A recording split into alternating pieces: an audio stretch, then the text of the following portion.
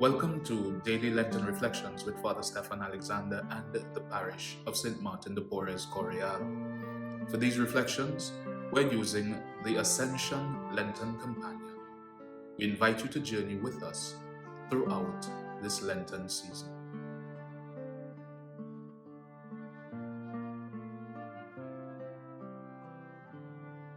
Present.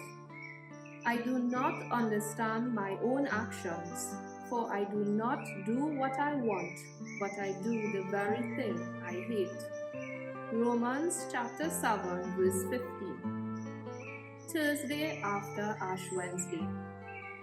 Today we focus our attention on the Gospel of Mark as we begin to prepare for the readings we will encounter during the first Sunday of Lent. In Mark chapter 1 verse 13, we read, "And he was in the wilderness 40 days, tempted by Satan." Jesus was tempted. In these first few days of Lent, I invite you to look deeper into a phenomenon each of us struggles with, the reality of sin and temptation. Jesus was tempted. We know that he resisted temptation, but often we do not. Far too often we sin because we fail to resist temptation. Why?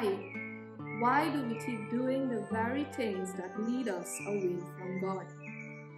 Cajun country is known as sportsman's paradise. Most would agree that due to the unique combination of marsh inland habitat and the immediate accessibility to drop into the continental shelf, southern Louisiana has some of the best fishing in the country. As an avid angler, I am fascinated with the hunt behind the art of fishing. To catch fish, you have to have the right conditions. You have to know where the fish are, and you have to lure a fish to bite. To do this, you must present something to the fish that looks like something it wants.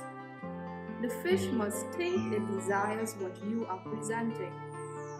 A fisherman's sole method is to present something that seems attractive, knowing of course that there is a deadly hook in the lure.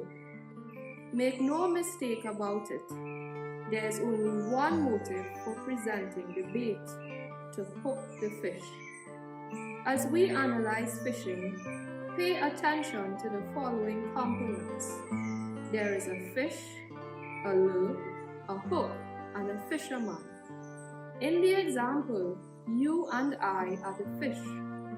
For most of my life, I have lacked the courage to admit that there is a fisherman. And behind every temptation is a tempter. There is a someone presenting something. The tempter presents bait to us that we think we want. In reality, no fish would ever bite into a piece of plastic attached to a piercing hook.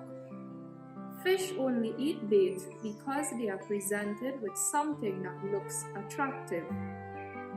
There are concrete reasons you and I struggle with sin. One reason is that temptation presents something we think we want. To grow in holiness, we must come to understand more clearly what is presented to us in temptation and why we are attracted to it. Going deeper, read Mark chapter 1 verses 12 to 15.